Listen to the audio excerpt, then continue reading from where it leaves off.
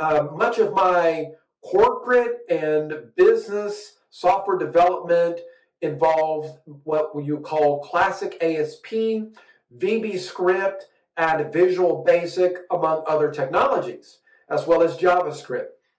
And so Rock's Press was a reputable and reliable conveyor of information about these things. Well, one of the books that they came out with was Beginning VB.NET First Edition. And Beginning VB.NET basically told you a lot about .NET, and you had a book that was published around the same time called Beginning C Sharp, and I was alternating between Beginning C Sharp and Beginning VB.NET because, like many software developers in the Microsoft world at the time, the majority of us used the Visual Basic. In the beginning, we were Visual Basic developers on the Microsoft platform. The C++ developers on the Microsoft platform were doing some very interesting things, but for the most part, they were not building line of business applications. That was more the wheelhouse of the legions of Visual Basic developers. I believe Steve Ballmer estimated that there was somewhere in the neighborhood of about 3 million Visual Basic developers worldwide, somewhere like that. But when they started developing .NET, they wanted to use this language called C Sharp. C Sharp was modeled off of Java. At the time, I was heavily studying Java and Java, what was called Java 2 Enterprise Edition, J2EE. So my mindset was already traveling in that direction. And so if it were not for the introduction of .NET and C Sharp, I would have became a Java developer a long time ago.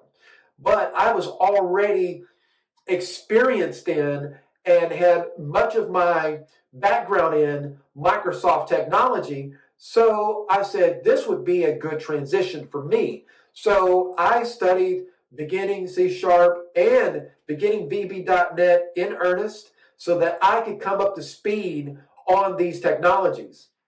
And so I wanted to be a step ahead on that because I was one that was, you might call it an evangelist of new technologies and new ideas. I would build something just for the sake of building it. That's the way I was back then, right? And so the thing is, I got both of these books because I needed to make a decision on, okay, am I going to continue with Visual Basic or am I going to embrace the new C Sharp, right? It was codenamed Cool, Project Cool, right? And I said, hey, there's a lot going on here. But I like the aspect of how it aligned with Java and C++ in terms of syntax, because that syntax and that way of development, despite the majority of the software development for Windows occurring in Visual Basic in the business world, C++ and Java were still seen at that time as a higher grade, higher caliber way of doing software development. And so there was something about the syntax, the C-style syntax, at least in terms of how we discussed the technologies back then, that made it appear much more structured. Well, it was more structured and much more efficient in how you write code. So it was less verbose. So Visual Basic and the basic like technologies, they were more verbose. You had to use more words and more symbols to communicate the same thing that you could do in fewer lines in C Sharp. So for those of us that were ready to make that transition to something that was more streamlined and what we would call more elegant in terms of how you write your code, that's why we made that switch from Visual Basic to C Sharp.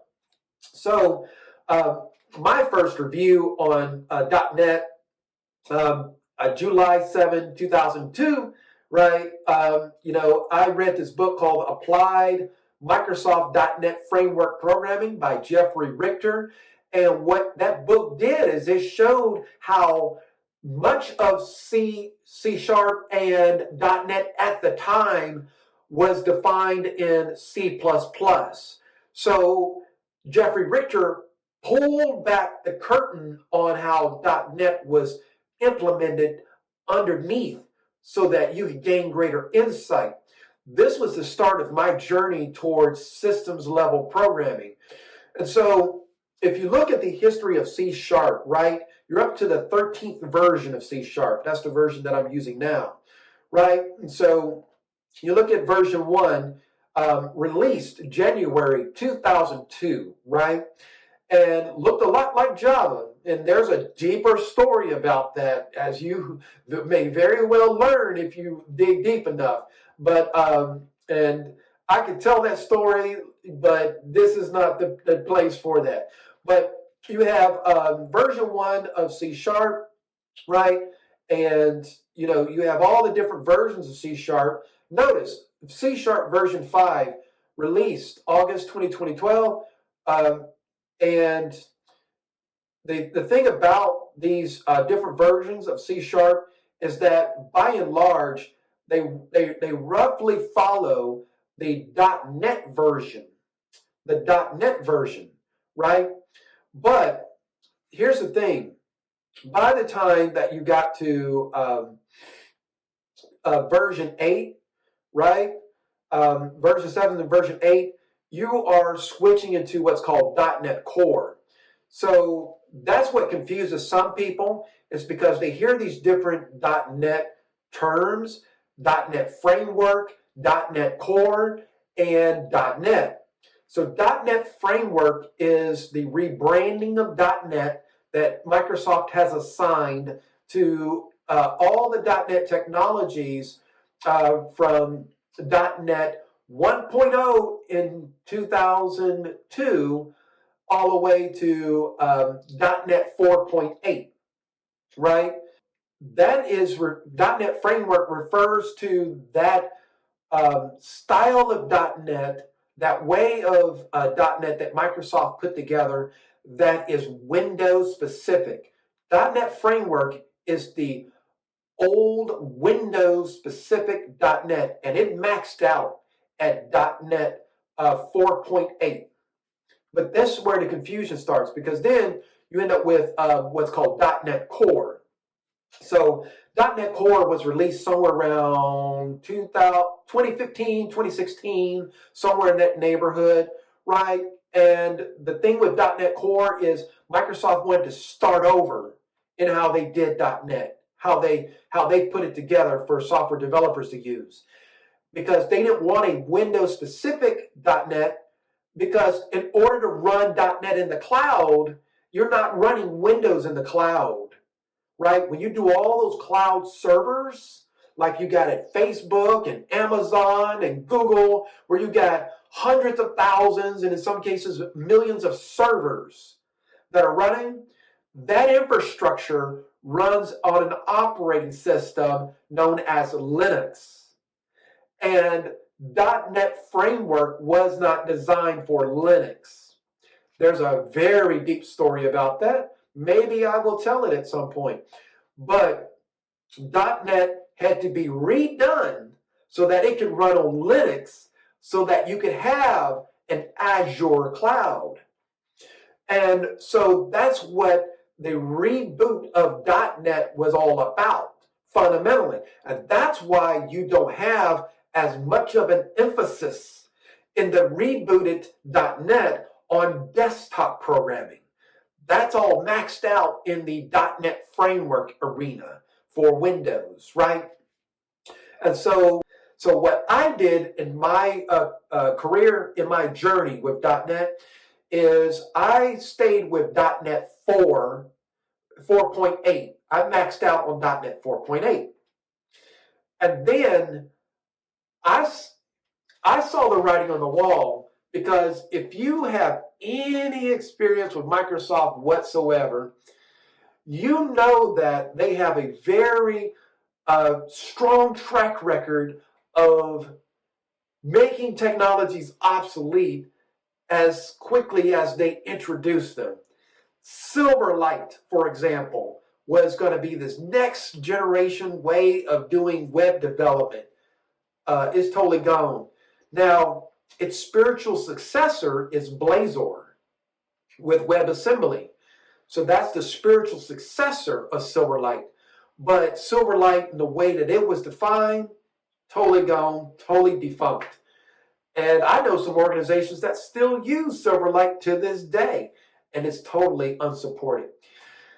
So I was like, I know what they're doing with .NET Core. I'm not going through that treadmill of them trying to figure this out, because you got all that rough stuff where if you do a technology too early, then there's sometimes where if you do something too early with technology, that you build up muscle memory on that early stuff, so that by the time it gets figured out and settled, then your mind is fighting against those early foundations, right?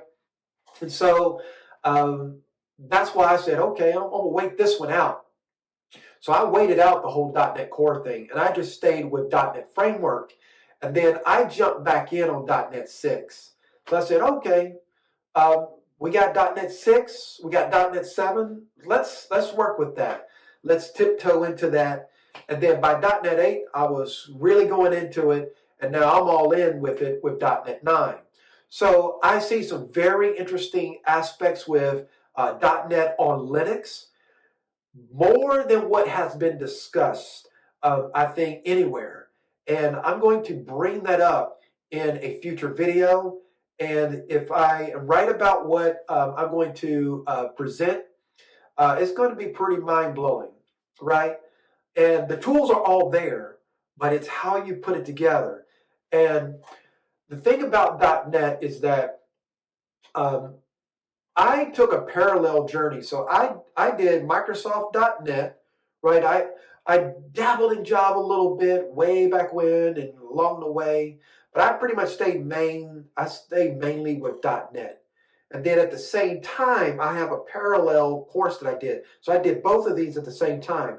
Here I did Linux and C++ and C and Bash and all of that. So I became dual skilled, right? So I'm dual skilled in Microsoft world and Linux world, right? So previously, this was all Windows, right? And this was all Linux, and they were completely separate. But when Microsoft started acquiring GitHub, and they started doing Windows services for Linux and all that, guess what? They started to come together. So now it's like I made the right bet on Linux, and I am glad I invested in .NET, because here's the thing. .NET gives you a level of productivity that is important in writing software, where you want that software to also be reliable, structured, and somewhat deterministic in how you use it, right? And so I see many optimistic directions for .NET. And so if you found this part of the discussion interesting, let me show you something else that I've been doing with this process. I have a program that I wrote in .NET on Linux. I wrote it by hand. And basically what it does is it provides an informal stress test of the system. It's what I call a very informal stress test of the system. I also have a C++ version as well. So what I want to do is I want to show you something that I found interesting about C# on Linux.